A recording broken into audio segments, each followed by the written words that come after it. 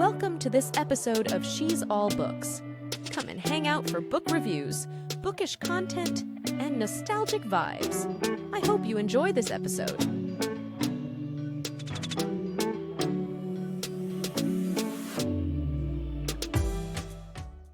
Welcome to this episode of She's All Books. Today I have Katie Van Brunt with me, author of For the Plot. I am so excited for this episode, Katie. Thank you so much for joining me and being willing to go through this fortune teller questions with me today and say hi to the viewers.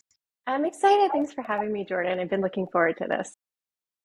Awesome. I found your book, just a little preface for anyone who is watching. I found your book through a MASH Monday that I posted on Instagram, and it was for a book we both love, and it's called The Maestro by Auden Dar, and she is just like one of the sweetest human beings ever. And you reached out, or maybe commented, I can't really remember, but letting me know that you wrote this book, and you even mentioned The Maestro in the book, and you can't imagine like how fast I ordered this book. I was like, yeah, done. Like, I already know it's going to be an instant fave. She's going to be one of my new favorite authors. If she also loves The Maestro and is including that in her book, it's my fave. And sure enough, I absolutely love this book. So I'm glad we connected. What an awesome community that Instagram is. Yes, it truly is. I've made so many connections over that book, and including Auden. Auden has been so kind and so nice to me. I read Maestro maybe it'll be like a year or something. Yeah. And I documented my crying journey on Instagram because I was very, very unwell reading that book. And I quickly declared it my favorite book of all time. And I stand by that. And I tagged Auden in every single crying picture. And I mean, she just found it like so endearing and hilarious at the same time. Maybe a tad stalkerish. I don't know. I'll have to ask her that next time I talk to her. But I don't know, just this book. And it was on one of these like Instagram reels, random stories I saw. And I was like, I just felt in my bones that I had to read this book. It felt so serendipitous. And I mean, okay, we're 90s nostalgia babies. Like, we love serendipitous things and second chances and all of that. And I've connected with so many people over this book. And I asked Auden if I could reference Maestro in For the Plot as my main character's favorite book. And she was flattered and she was like, absolutely, yes. And I was like, just was like amazing. So yeah, I saw a post. She subscribes to this channel, so I hope she watches this episode and can get. I mean, if not, I'll send it to her and be like, you have to watch it. But yeah, no, I saw the mashup that you did for the book, and I was like instantly drawn to it because 90s baby, and 80s baby, 90s nostalgia, whatever. And I was like, oh my gosh. And then, I clicked on your profile and I just loved your vibe. And I was like, this is cool. And I was like, this is my favorite book. Like, we have this in common. And we have a lot of other things in common too, but. Yeah, we do. And I'm excited and honored that you're letting me alpha read for your work in progress book. Because I have already read this book twice. I absolutely love it. I loved the characters. I loved the plot. Like, I feel like that's so corny to say. It's called For the Plot. But it's just such a fun read. And I feel like it's a really good summer read. Like, I think every book's great year round. But because of like the travel in it and the different scenes with where they're at and where they meet, I just think it'd be like the best book for you to take if you're going on vacation or on a long plane ride. Like, it's got it all in here. So I'm so glad we did it. I would like to think that I would have found it eventually, but that definitely helped with how we So for sure. There's a picture of it for anyone who. Yeah, I've got my copy too. Such a great book. Awesome. So are you ready for us to deep dive using the nostalgic paper fortune teller? It's going to guide our questions. So it's a bookish twist on the paper fortune teller. It's not really the classic way of playing over. Okay. So did you call this a cootie catcher or a paper fortune teller? Um, I definitely called it a fortune teller, but I think other people called it a cootie catcher. That just Yeah. unlocked a core memory for me right now. I always called it a paper fortune teller. I recently was talking with Daisy Jane, and she was like, "Oh, that's a cootie catcher," and I'm like, "Oh my gosh, I forgot all about people calling it a cootie catcher." And then I started asking guests on the show what they called it, and a lot of them I realized it's like regional, like people in different regions called it Oh, cootie catcher, and so I'm always just curious. And where did you grow up? I grew up in Orlando, Florida. Okay, got it. Yeah, so like Yeah. southeast, and that's Hmm. I'm southeast United States too, so I feel like it was a paper fortune teller for us. All right. Well, we'll get into the fun now. I picked up the wrong. I have multiple paper fortune tellers. This is the better one that shows on camera. Okay, so I if feel you like are not, you need a professional one. Like you need I a want one that's like laminated super, and like, yeah, yeah, you deserve exactly. it. Yeah, thank you. Um, if you're not a millennial or a Gen Xer and you aren't sure what this is just a fun little paper trinket that has different colors. The way I did it is different colors on the outside. The inside has different numbers 1 through 8, and that's going to guide our question. So each of these numbers correspond with the question that I have for Katie. And so first, you get to pick a color, and your options are pink, purple, orange, or green. Let's go with orange. Orange. All right, you get to hear me spell colors a lot during this, so welcome you. Orange. And your numbers are 3, 4, 7, or 8. Ooh, okay, 4. 4. All right. Question number 4. All right, what are some of your favorite tropes to read, and what are some of your favorite tropes to write? Ooh, okay. My absolute favorite trope is one bed. Like that was just like the OG favorite Yes. trope. And Yeah. so I love to read it, and I knew I absolutely wanted to write it, which is why it's in For the Plot. Yeah. I love Second Chance. I guess whenever I love to read, I also like to write. I'm saying Yeah. this out loud. So yeah, one bed, any kind of forced proximity, and second chance for sure. Perfect. And I think I can say this without spoiling anything in the book because it happens at the very beginning. But with the one bed, I was laughing so hard, and maybe that was the wrong reaction. But when in this book, the cruise ship leaves the two main characters, and they're not there together, they're not on this cruise together. Through a series of events, they end up being left by this cruise ship together.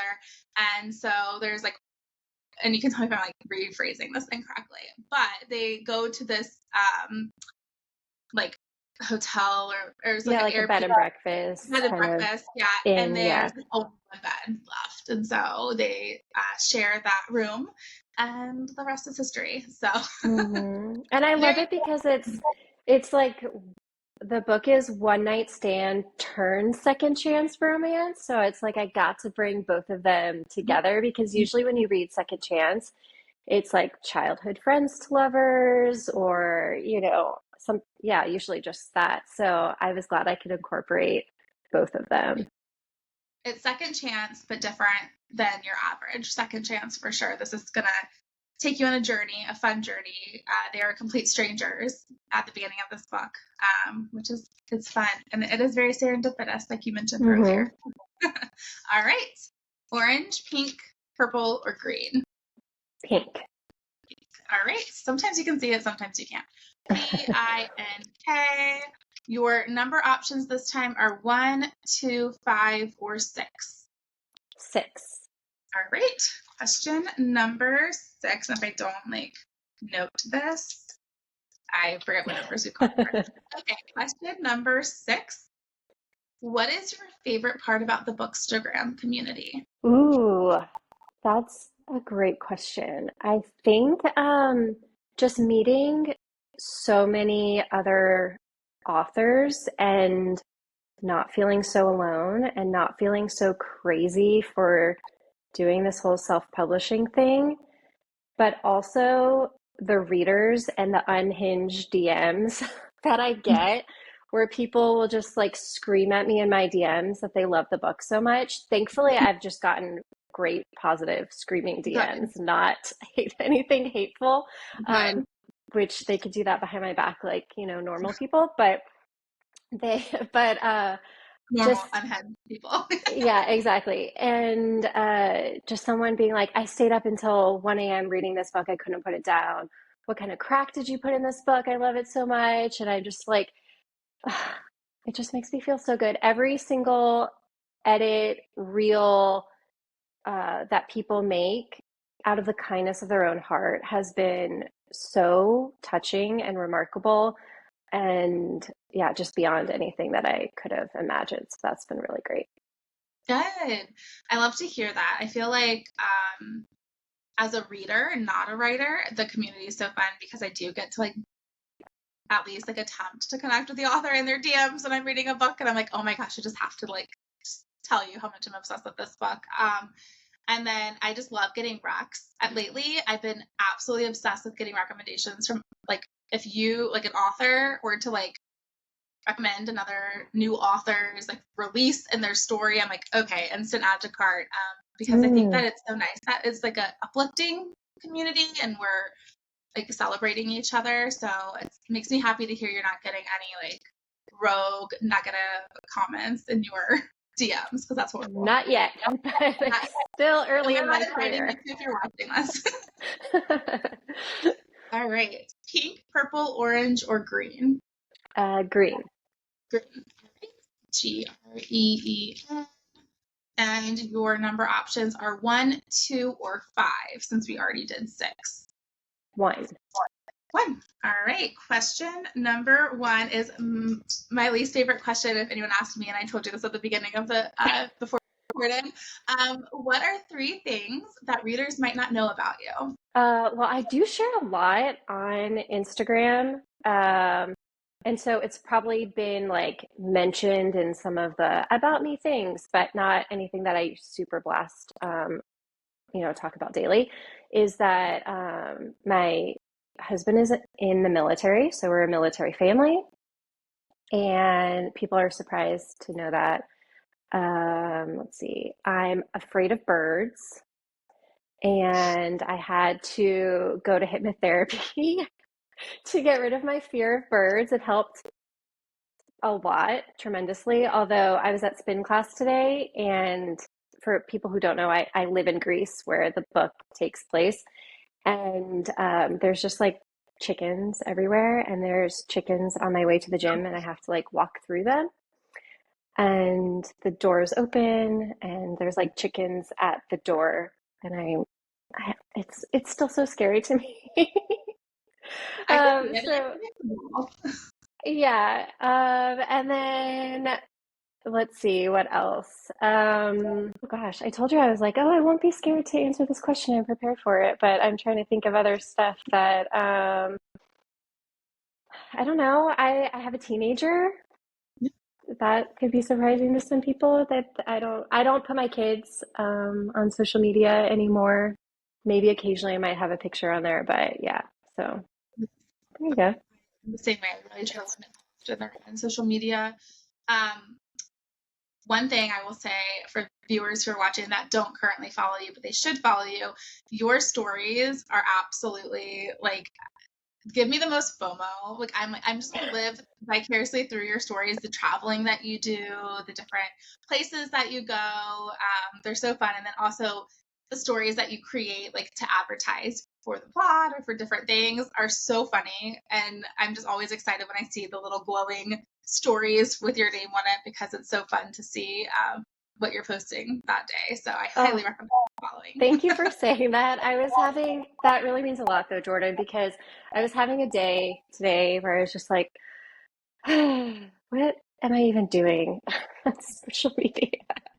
I'm like, I'm trying here. What am I doing? Can somebody analyze what I'm doing wrong? If I'm doing something wrong? And yeah, so I'm just like, I have fun posting stories, but sometimes, we all overthink it. And today was just one of those days. So thank you.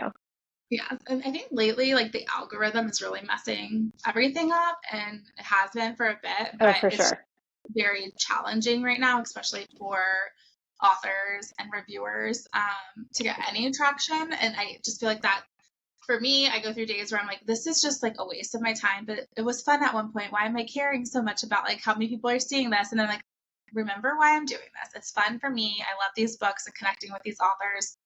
And I have to stop worrying about like Mhm. the viewers and how many people are like seeing my stories and stuff. And it's hard. It's hard. It's not easy. And the algorithm is just, it's messing with me. Yeah, it's not fair. Yeah. It's not there.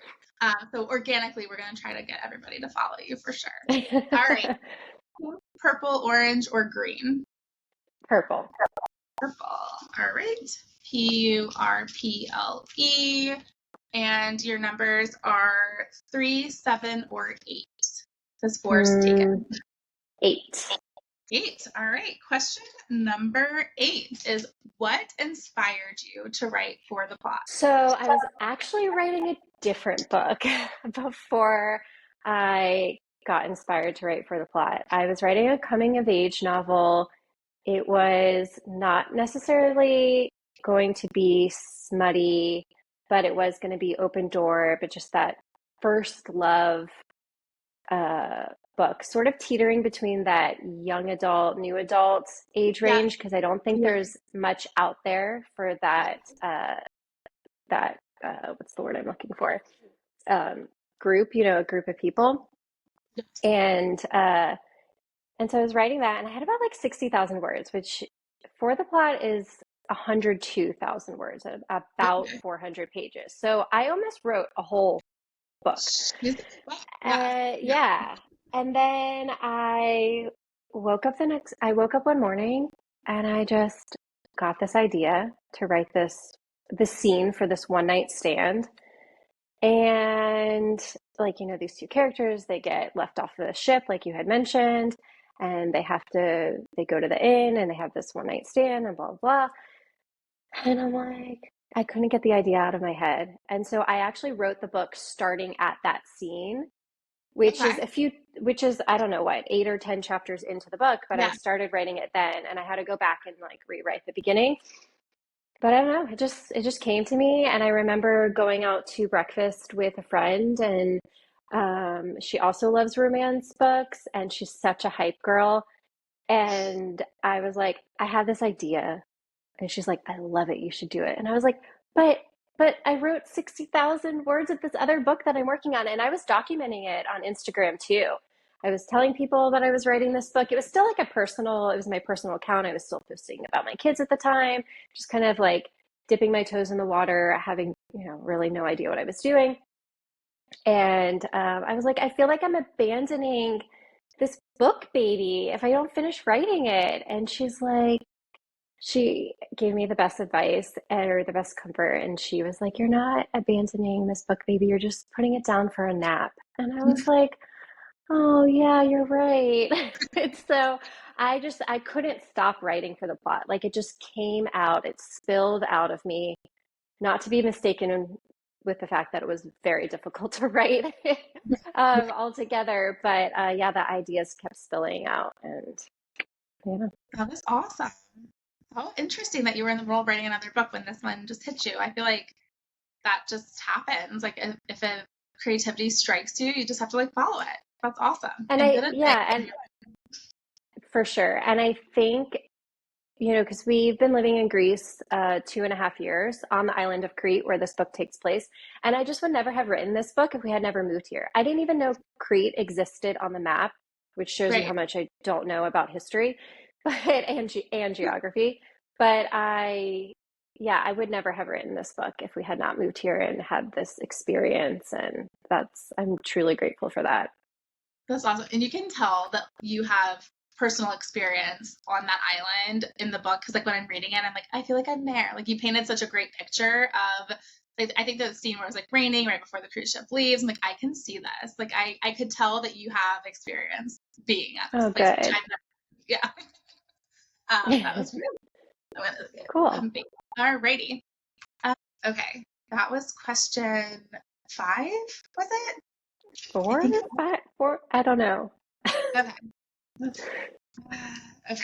We'll find out when I get back to it. Okay. Purple, orange, pink, or green. I just can't keep it straight. I get too excited for the blink out. Pink. Okay, pink. Pink. P-I-N-K. And your number options are, it was question number 3. I see it here. Okay. So you've already done 3 and 4. So your option is actually only 7 because we've done 8 also. So question 7. Cool. Sure. All right. What is your favorite scene from the plot? And it could be your favorite scene, like reflecting back. It could be your favorite scene to write. It's up to you. Ooh. Okay. Probably again, my favorite is the one bed, one night stand because it catapulted the entire book. Yes. And it has some 90s nostalgia in there with the Never Have I Ever game. Yes. And that was probably, that's probably my favorite scene, although I thoroughly enjoyed writing the spicy bonus epilogue. That was so much fun to write. Yeah. Absolutely. That's such a good book. And it was funny because it's an epilogue, but it was referenced during the book. And so as a reader, you're like, wait, are we just like not going to get to see what happened with this scene? And if you're curious what scene we're talking about, I don't know if YouTube will kick me off, but go look at Katie's Instagram and you'll see all of the teasers for it. So I was thrilled when it was in the epilogue of the book because I thought it was going to be like a closed door scene and I was a little sad, but my hopes were met. And my expectations were exceeded. So it was well, I'm glad. And it was strategic too, because I knew that was like slightly taboo. I mean, everybody has probably a sliding scale of what they personally feel is taboo. Right. And I knew it was sort of, I made it like a choose your own smut adventure because you could not read it at the end and it changes nothing in the book, and it's alluded to the fact in the book, and it's closed door as you're reading it. And I had a lot of readers fly into my DMs being like, what, like I thought we were going to get the scene, and I'm like, just wait, patience. I promise the edging is worth it, I promise. And so so then I included it at the end, and I really debated going back and forth, like not including it, like just keeping an open door or putting it in the middle or having it at the end. And I'm really glad I just put it at the end. Excuse me. So I liked how like it was came really to play. strategic. It was perfectly done. That was a fun. Both of those scenes were fun scenes to read. So I'm excited to know that they were fun to write as well. All right, pink, purple, orange, or green? Green. Green. All right. Green. And your number options for this one, we only have 2 or 5 left. 2. All right. Question number 2. There's a fill in the blank. My ideal book crush is blank. Like a specific it doesn't book boyfriend or a type? Right. Like what you look for and like a MMC, FMC book crush. What are you looking for when you're writing it or reading it? If you want to take on this question. Yeah, definitely a dirty talking cinnamon roll. Or even like a stern brunch. Yeah, even a stern brunch daddy. So someone who's a little bit alpha hole. Even though that was not Can, he was not an alpha hole. Right. But yeah, if I'm reading it, I probably want them to be an alpha hole. But if I'm writing it, I don't know if I could write that yet. Yeah. I like them to be like, just really gentlemanly, but then just really dirty in the bedroom. Yes. Yeah. Yeah. Perfect. The tattoos. I was like, oh my God, I'm a goner. All right. Orange, purple, pink, or green. And this is your last one. So it's for fun. Okay. Purple. Purple. Purple. And your last one, it's actually not from that. It's a little cheating. Is question number, which one's left? 2? No, we just did 2. Question number 5. Yes, 5. You're right. Question number 5. Okay. Okay, so question number 5. I actually have like a bonus question after this one because I have to ask you about it. But Sure. question number 5 is, what do you hope readers get out of reading For the Plot or any of your future books? Oh, I just hope that they have so much fun. I live by write what you want to read personally. And so if I don't want to read it, I don't want to write it, Right. and I don't want to write it just to appease somebody else who wants to read it. Right. So I wrote the book that I wanted to read. For the Plot is exactly what I wanted to read. You talked about in the beginning, it's the perfect summer beach read. And that's the time that I most enjoy reading books, like just being out by the water. And I mean, I've lived in most places that you can be outside by the water year round, but yeah, there's just something about being on the beach in the water, reading a book. And I just want people to feel like it is entertaining, to have a good time, to laugh. Um, and the feedback I've been receiving is that it is equal parts plot, character development, and steam, spice. And that is exactly what I was going for, is that I wanted it to be pretty well rounded in that regard. And that's the feedback I'm getting, which makes me feel like so validated. That's a great description of it, for sure. So I have a bonus question for you, and you might not be able to answer it, which is like totally fine. But can you tell the viewers, it could be yes or no, anything about your current work in progress or works in progress if you have more than one? Sure. Well, something I haven't quite started yet, but is just sort of in the works, is definitely a holiday novella, a Why Choose holiday novella, which I'm really excited about. But I'm focusing on book 2 in this All for Love series right now. And it's going to be Millie and Ezra, which I haven't like officially announced, but I'm also not officially keeping it a secret either. I think most people can concur that is next, but there's definitely a twist to it in the beginning, the way that they start out, and I'm having so much fun writing them. Good. That is so exciting. Thank you for sharing that sneak peek with us. Of course. So, No worries. your bookish game options are MASH, Truth or Dare, or Never Have I Ever. Which one would you prefer? Okay, I have to go with Never Have I Ever. I agree, because it's in For the Plot. So we are Yes. going to play Never Have I Ever with the bookish twist. So in order to do this, usually, well, I think there's many ways you can play this. My memories are a bit blurred because I usually played it in college. But for this purpose of this episode, we're going to only do 3 fingers, and we'll go back and forth until somebody runs out of fingers. I think it's like traditionally 5 fingers, right? I think I always play with 10. 10. That's a long game. Yes. That's a lot of drinking too. Friends, 10 makes sense, yeah. But it's actually very challenging to think of for both. So, for example, we'll go back and forth. You're the guest. You get to choose if you want to be asked first or if you want to do the question first. And just like an example in the past when I played this on the show might be like, never have I ever read Monster Smut. Like, in that, like, so it can be like anything bookish related. So are you okay? Down? Ooh, I mean, it's going to be hard to think of something I haven't done. I know.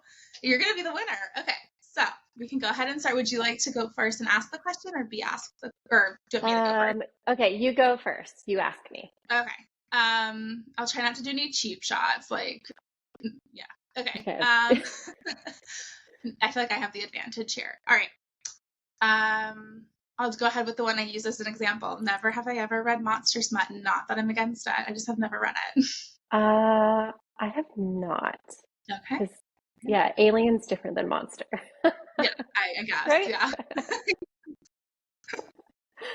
Okay. I would. I just.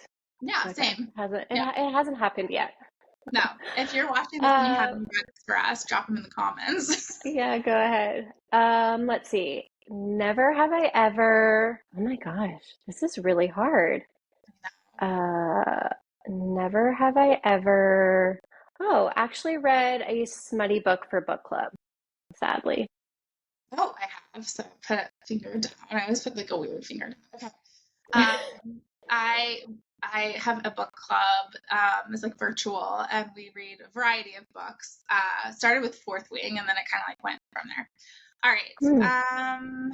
I feel like I have to do it, even though it's probably not. It's a disadvantage. But never have I ever lived in Greece. I'm like drawing up. Like I feel like you've done Uh, a lot more than me. Okay. yeah. Oh my gosh, and now I get the list.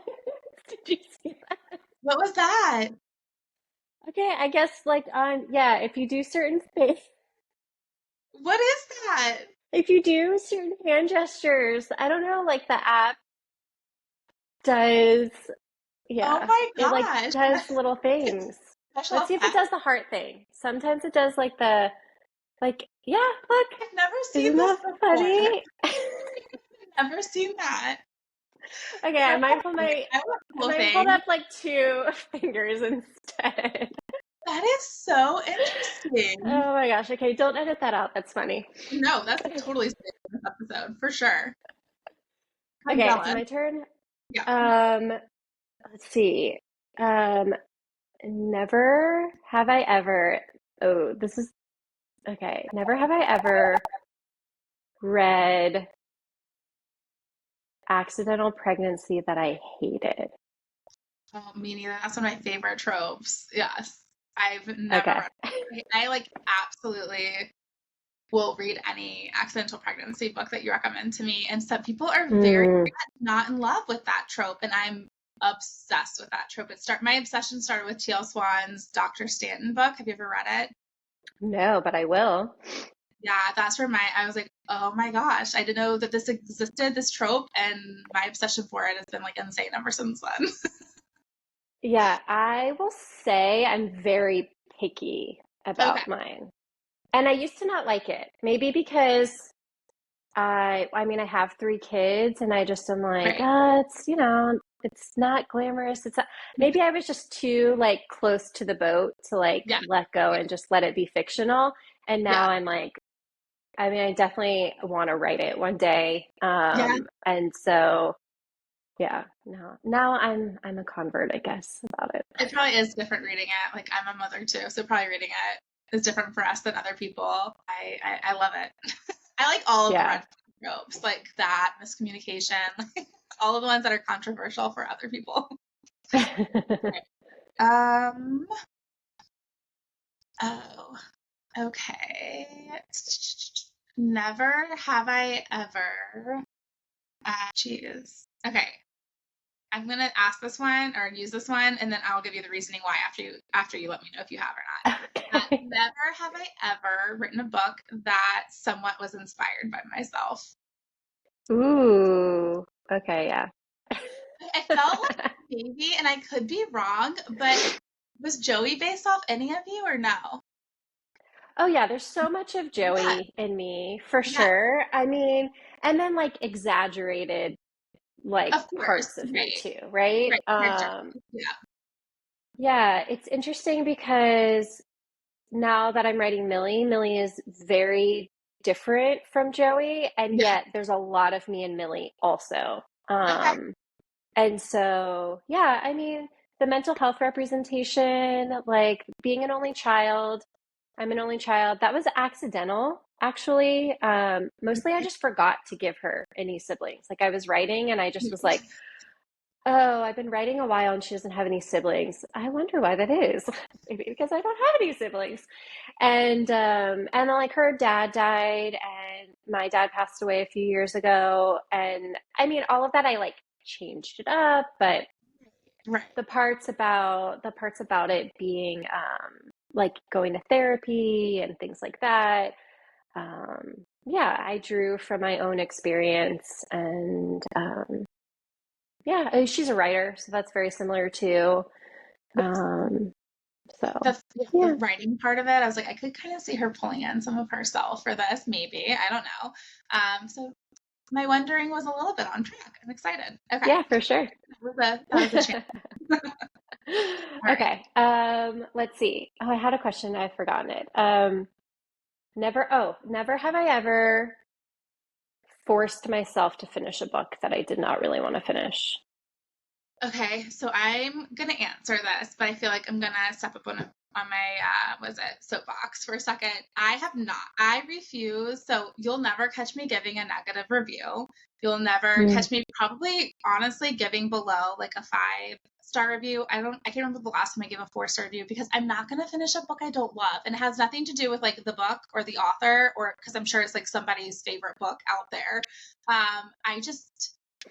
But I have really bad ADD, so I'm not going to be able to like stick with a book if I don't love the book. So I have do not finished books. Yeah. Sometimes I'm like, I'll probably circle back to that, like because part of it's due to me being a mood reader. Like I have to be in the mood for certain books. But I've never forced myself to finish a book. Even like ARC books, I don't force myself to finish it. I might like write the review based on the parts I read. Mm.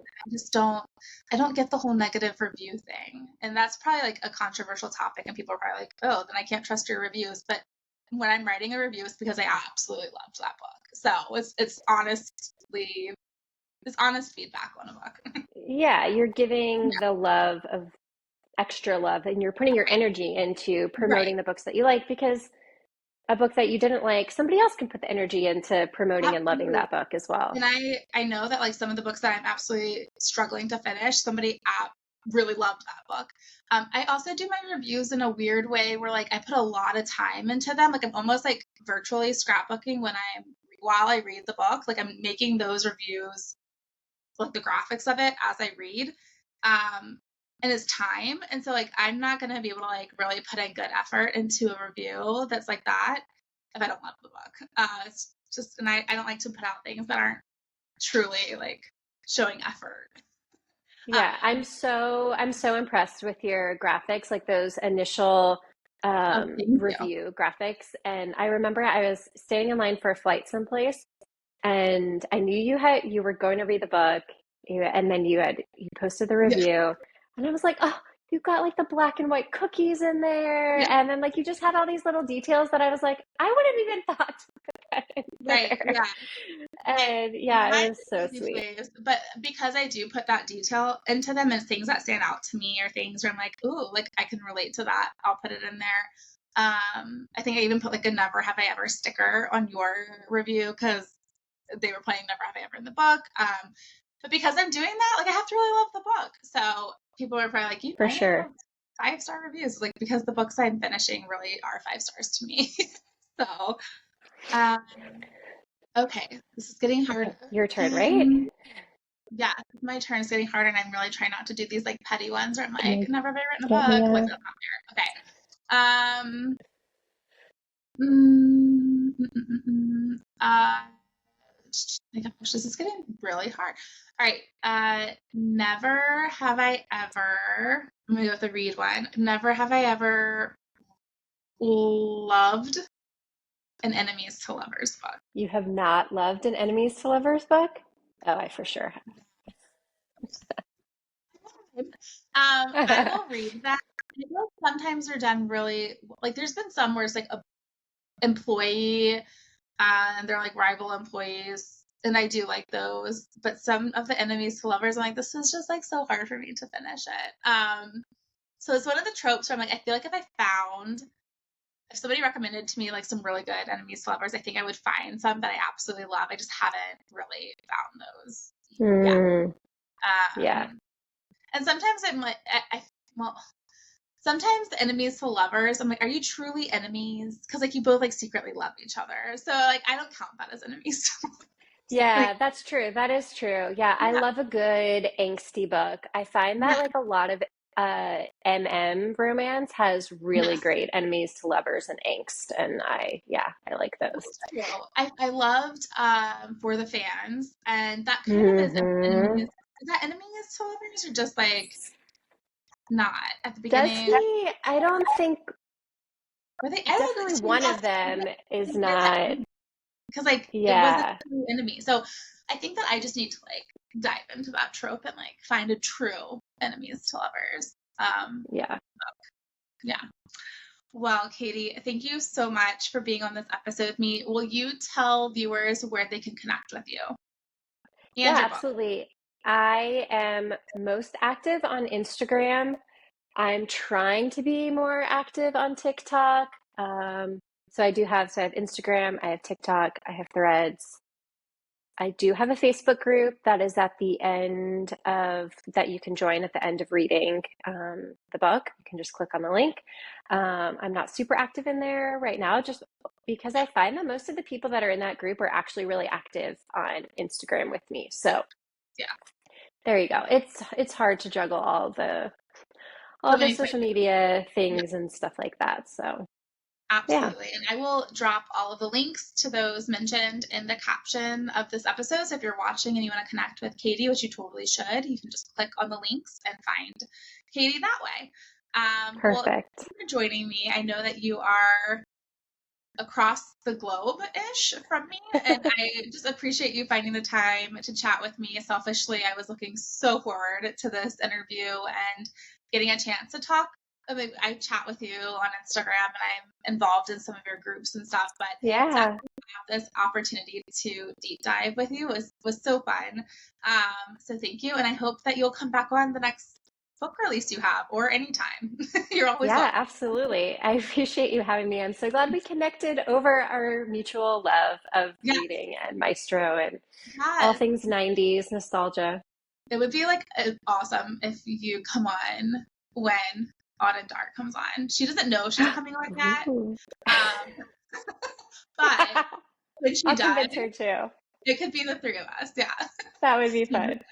I was watching her. She was on Instagram Live the other day, and I was totally fangirling out. So we will have to. I'm going to force you and her onto the show together. Yeah, I'm gonna go message her now and tell her she has to do it. I would die again. So, all right. Thank you so much. And I can't wait to continue connecting with you online, and I can't wait for your next book. Have a great day. Awesome. You Thank too. Thanks, you. Jordan. Thanks for watching this episode of She's All Books. Make sure you follow me on Instagram at She's All Books. If you're interested in appearing as a guest or partnership opportunities, please check out the links in the caption.